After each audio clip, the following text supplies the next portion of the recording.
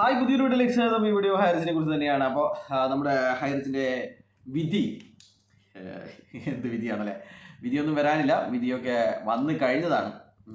അപ്പോൾ അതിനെക്കുറിച്ചുള്ള അതുകൊണ്ടാണല്ലോ മുന്നോട്ടുള്ള നടപടികൾ എന്നുള്ള ഗ്രൂപ്പ് അടച്ചുപൂട്ടി അവർ പണിക്ക് പോയിരിക്കുന്നത്. 48 മണിക്കൂറിലധികമായി. എനിക്ക് തോന്നുന്നു 31 തീയതി വൈകുന്നേരം അടച്ചതാണെന്ന് തോന്നുന്നു. ആർക്കും ന്യൂ ഇയർ ആഘോഷിക്കാനുള്ള, ഹാപ്പി ന്യൂ ഇയർ പറയാനുള്ള അവസരം പോലും നമ്മുടെ മുന്നോട്ടുള്ള നടപടികൾ എന്നുള്ള ഗ്രൂപ്പ് കൊടുത്തില്ല എന്നുള്ളതാണ്. നമ്മുടെ ഇതിനെക്കുറിച്ച് പറയുകയാണെങ്കിൽ വളരെ പണ്ട് എനിക്ക് തോന്നുന്നു 2024 മാർച്ചിലോ ഏപ്രിലോ മറ്റോ ആണ് ഗ്രൂപ്പിൻ്റെ എല്ലാമായ ഗ്രൂപ്പിൻ്റെ 16 നമ്പറുകളിൽ നിന്ന് അഡ്മിനായി നിൽക്കുന്ന മഹാൻ ചോദിച്ചത് ഒരു കാര്യമാണ്: ഇഡിക്ക് പണം കൊടുക്കാനുള്ള നിയമമുണ്ടോ? അതുകൊണ്ട് നമ്മൾ ശ്രീനയോട് ചോദിക്കുന്നു, അല്ലെങ്കിൽ കമ്പനിക്ക് മാത്രമേ പണം കൊടുക്കാനുള്ള അധികാരമുള്ളൂ എന്നാണ് അവൻ വിചാരിച്ചു വെച്ചിരിക്കുന്നത്. അങ്ങനെയൊക്കെ കുറച്ച് സംസാരിക്കാൻ അറിയാം. ഇതുപോലെയുള്ള കാര്യങ്ങളൊക്കെ എന്താണ് ആൾക്കാരെ പറഞ്ഞ് ഫലിപ്പിക്കാൻ അറിയാം. അതുകൊണ്ട് ശ്രീന അവനുമായിട്ടുള്ള ഡീലിംഗ് ഉണ്ടാക്കിയെന്നാണ് പിന്നാമ്പുറ കഥകൾ. അവന് എന്തോ ബിസിനസ് പരമായിട്ടോ എന്തോ ആയിട്ട് കുറേ അവന് ഉണ്ടായിരുന്ന നഷ്ടം നികത്തി എന്നാണ് പറയുന്നത്. അപ്പോൾ നമ്മൾ മുന്നേ പലവട്ടം ഇതിൻ്റെ ഓർഡറുകൾ, ഗസറ്റ് നോട്ടിഫിക്കേഷന് എല്ലാം തന്നെ കൊടുത്ത ഒരു കാര്യമാണ് PMLA ആക്ടിൻ്റെ ഉണ്ടായിരുന്ന 2019 ജനുവരി മാസം 11 തീയതി വന്ന അമെൻമെൻറ്റിനെ കുറിച്ച്. ഈ അമെൻമെൻറ്റ് ഉപയോഗിച്ചാണ് ഇന്ത്യയിലെ ഒട്ടുമിക്ക എല്ലാ PMLA കോടതികളും പണം നഷ്ടപ്പെട്ടവർക്ക് പണം തിരികെ കൊടുക്കുന്ന പരിപാടി തുടങ്ങിയിരിക്കുന്നത്. അല്ലെങ്കിൽ അത് കണ്ടുകെട്ടി കേന്ദ്ര സർക്കാരിലേക്ക് പോയി അത് കക്കൂസായിട്ടോ അരിയായിട്ടോ റോഡായിട്ടോ ഒക്കെ വരുമായിരുന്നു. എന്നാൽ ഇപ്പോൾ ആർക്കെങ്കിലും പരാതി ഉണ്ടെങ്കിൽ അവർക്ക് തിരിച്ചു കൊടുത്തിട്ട് ബാക്കി കക്കൂസ് പണിയാനും പൂങ്ങലരിയും അല്ലെങ്കിൽ ഹൈവേ പണിയാനും ഒക്കെ എടുക്കുക എന്നുള്ള കാര്യമാണ്. അപ്പം ഇന്ന് ഞാനൊരു ഹൈക്കോടതിയിലെ അഡ്വക്കേറ്റുമായിട്ട് സംസാരിച്ചപ്പോഴും പറഞ്ഞത് ED കണ്ടുകെട്ടിയ പണമൊക്കെ കേന്ദ്ര സർക്കാരിലേക്ക് പോകും എന്നുള്ളതാണ്. അപ്പോൾ നമുക്കറിയാം ED കണ്ടുകെട്ടിയിരിക്കുന്നത് 270 കോടിയാണ്. പിന്നെ കുറേ സ്വർണവും നല്ല കോടിക്കണക്കിന് രൂപ വില വരുന്ന കാറുകളും ഒക്കെയാണ് ED കണ്ടുകെട്ടിയിരിക്കുന്നത്. അപ്പോൾ പറഞ്ഞു വരുന്നത് പോപ്പുലർ ഫിനാൻസിൻ്റെ കേസ് തന്നെയാണ്. പോപ്പുലർ ഫിനാൻസിൻ്റെ 65 കോടിയാണ്. 65 കോടി ഞാനാണ് നേരത്തെ എത്ര 35 കോടി എന്നൊക്കെ പറഞ്ഞു തോന്നുന്നു. 1 മിനിറ്റ് 65 കോടിയാണ് ആകെ മിച്ചം വന്നിരിക്കുന്നത്. അപ്പോൾ അത് ED ആണ് കണ്ടുപറ്റിയിരിക്കുന്നത്. അപ്പോൾ അതിൽ ആ ഒരു പൈസ വേണമെന്ന് പറഞ്ഞിട്ട് ഇവർ ബഡ്സ് ഒക്കെ ഫ്രീസിങ് ഒക്കെ ചെയ്തതാണ്. അപ്പോൾ ED അത് പൈസ കൊടുക്കുന്നില്ല. ED പറഞ്ഞിരിക്കുന്നത് അത് കോടതിയിൽ പോയിട്ട്, PMLA കോടതിയുണ്ട് ഇതിനായിട്ട്, ഒരു കോടതി എറണാകുളത്തുണ്ട്. ആ കോടതിയിൽ പോയിട്ട് ഒരു അപ്ലിക്കേഷൻ ഫയൽ ചെയ്യുമെന്നാണ് ED രേഖാമൂലം ഹൈക്കോടതിയിൽ അറിയിച്ചിരിക്കുന്നത്. അപ്പോൾ പോപ്പുലർ ഫിനാൻസിൽ പൈസ നഷ്ടപ്പെട്ടവരുടെ കൂട്ടായ്മ ഇവരുണ്ടാക്കിയിരിക്കുന്ന പോലെ വാട്സപ്പ് കൂട്ടായ്മകളല്ല, രജിസ്ട്രേഷനൊക്കെ ചെയ്ത് പണം നഷ്ടപ്പെട്ടവരുടെ ഒരു കൂട്ടായ്മ ഉണ്ടാക്കി അവരെ ഒരു സെക്രട്ടറിയും പ്രസിഡന്റിനും ഒക്കെ വെച്ചിട്ടാണ് ഇങ്ങനത്തെ കാര്യങ്ങളൊക്കെ ചെയ്യുന്നത്. നിയമപരമായിട്ടുള്ള കാര്യങ്ങളാണ് ചെയ്യുന്നത്. അല്ലാണ്ട് പിന്നോട്ടുള്ള നടപടികൾ, ലീഡേഴ്സിൻ്റെ ഗ്രൗണ്ട്, ലീഡേഴ്സ് സപ്പോർട്ട്, അങ്ങനെ തോന്നിയ പോലെ ഗ്രൂപ്പ് ഉണ്ടാക്കുകയും കുത്തിയിരുന്ന് ഡിലീറ്റ് ആക്കുകയും തോന്നിയ പോലെ ആൾക്കാരെ പുറത്ത് നെഗറ്റീവ് പറഞ്ഞു കഴിഞ്ഞാൽ ആൾക്കാരെ പുറത്ത് കളയുകയും അത് കോടിക്കണക്കിന് രൂപയായിട്ട് കിട്ടിയ ആൾക്കാരെയാണ് ഇവർ കറിവേപ്പില പോലെ പുറത്ത് കളയുന്നത്.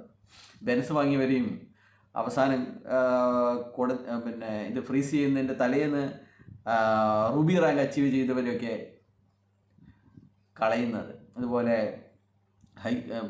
ഹൈറിച്ചിന് വേണ്ടി കോരം വാദിച്ച ആൾക്കാരെയൊക്കെ ഒരു കാലത്തൊക്കെ അവരൊക്കെ ആയിരുന്നു ഇതിന് വേണ്ടിയിട്ട് ഭയങ്കരമായ ഘനഗാംഭീര്യമുള്ള വോയിസിൽ ആൾക്കാരെ പറഞ്ഞ് പറ്റിച്ചുകൊണ്ടിരുന്നവരെയൊക്കെ എടുത്ത് കളയുകയാണ്. അപ്പോൾ അതിൻ്റെ ആ ഒരു ജഡ്ജ്മെൻറ്റിൻ്റെ ഒരു ഭാഗം ഞാനിവിടെ കാണിക്കാം. നിങ്ങൾക്ക് തന്നെ ബോധ്യപ്പെട്ടോളൂ അതെന്താണ്.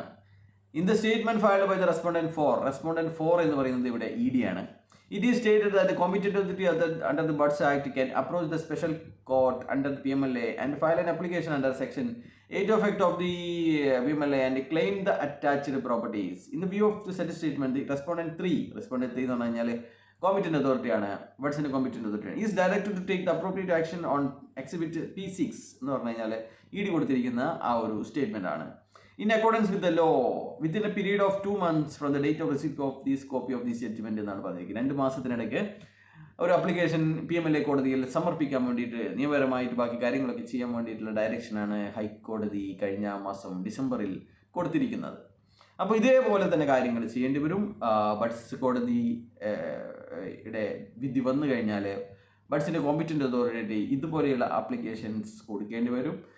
270 കോടിയിൽ നിന്ന് എത്രയാണോ ക്ലെയിം പെറ്റീഷൻ ഇരിക്കുന്നത്, എത്രയാണോ FIR ഉള്ളത്, അത് വാങ്ങിയെടുക്കേണ്ടി വരും എന്നുള്ളതാണ്.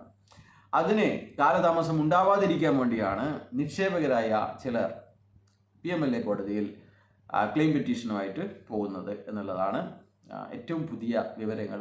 അപ്പോൾ ക്ലെയിം പെറ്റീഷൻ അവർക്ക് ബഡ്സിലൂടെ വന്ന് അത് ഡിസ്ട്രിബ്യൂഷൻ ചെയ്യേണ്ട ആവശ്യമില്ല. ബഡ്സിലൂടെ വന്നു കഴിഞ്ഞാൽ ഫുൾ എമൗണ്ട് കിട്ടാൻ വളരെ പ്രയാസമാണ്. അതിന് ചില നമുക്കറിയാം ഒരുപാട് ലക്ഷക്കണക്കിന് ആൾക്കാർ ബഡ്സിൻ്റെ വിധിയും കാത്തിരിക്കുന്നുണ്ട്. അവരൊക്കെ ചിലപ്പോൾ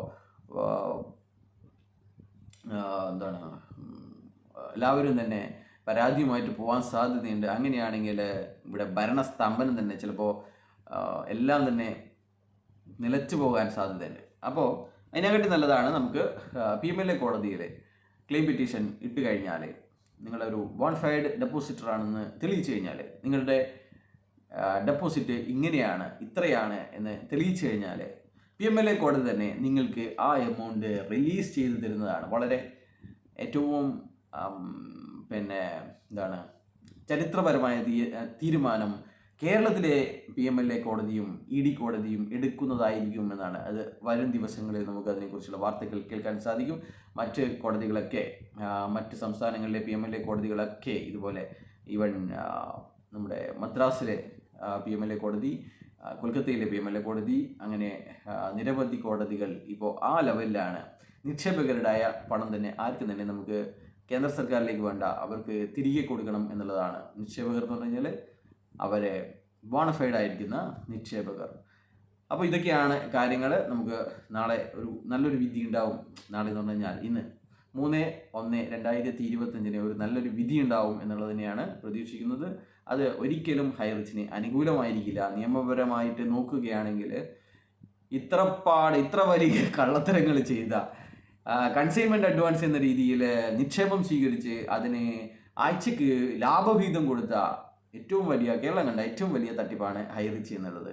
അല്ലാതെ കണ്ട റിട്ടയർഡ് പോലീസുകാരനോ ഏതോ രാഷ്ട്രീയക്കാരനോ ഏതോ യൂട്യൂബർക്കോ കണ്ണുകടി ഉണ്ടായിട്ടോ നിങ്ങളൊക്കെ ഇങ്ങനെ ആൾക്കാരെ പറ്റിച്ച് കോട്ടിട്ട് തുള്ളുന്നത് കണ്ടിട്ട് ഇവിടെ എല്ല് കുത്തിയിട്ടോ ഒന്നുമല്ല ഈ കമ്പനിക്ക് ഈ ഗതി വന്നിരിക്കുന്നത്. ഈ കമ്പനിയുടെ എല്ലാം തന്നെ കളവായിരുന്നു. ഒരിക്കലും സാധ്യമാക്കാത്ത വാഗ്ദാനങ്ങളായിരുന്നു കൊടുത്തുകൊണ്ടിരുന്നത്. ഒരു നിയമത്തിൻ്റെയും പിൻബലമില്ലാതെയാണ് ഇതുപോലെയുള്ള നിക്ഷേപങ്ങളൊക്കെ സ്വീകരിച്ചിരുന്നത്. വാടക കെട്ടിടവും ആരാൻ്റെ പേരിലുള്ള സ്ഥലങ്ങളും ഉള്ള ഒരു കമ്പനി അവരുടെ ആസ്തി വിറ്റിട്ടാണെങ്കിലും നിങ്ങൾക്ക് ബോണ്ടുകളുടെ തത്തുല്യമായിട്ടുള്ള തുക തരുമെന്നൊക്കെ പറഞ്ഞിട്ട് 400 കോടിയാണ് പിരിച്ചിരിക്കുന്നത് എന്നുള്ളതാണ്. എന്താണല്ലേ, 8000 മണ്ടന്മാരാണ്. പറയുന്നതിൽ കുറച്ച് വിഷമുണ്ട്, എന്നാലും പറയാണ്. 8000-ഓളം ആൾക്കാരാണ് യാതൊരുവിധ റെസീറ്റ് പോലും ഇല്ലാതെ ഓൺലൈനായിട്ട് കാണുന്ന ഒരു വെബ്സൈറ്റിൽ ലക്ഷക്കണക്കിന് രൂപ കൊടുക്കുന്നത്. വളരെ എന്താ പറയേണ്ടത്. ബൈ. നമ്മളൊക്കെ 10 റുപ്യേൻ്റെ സാധനം മേടിച്ചാലും റെസീറ്റ് ഇല്ലെന്ന് ചോദിക്കും, അല്ലേ? വീട്ടിൽ പോയി കഴിഞ്ഞാൽ ബില്ല് കൊണ്ടാന്ന് പറയും. എന്നാൽ ഇവർക്ക് ബില്ലും വേണ്ട, ഒന്നും വേണ്ട. ഇവർക്ക് പൂളിംഗം മാത്രം മതി. അപ്പോൾ പൂളിംഗം കിട്ടി, എല്ലാം കിട്ടി.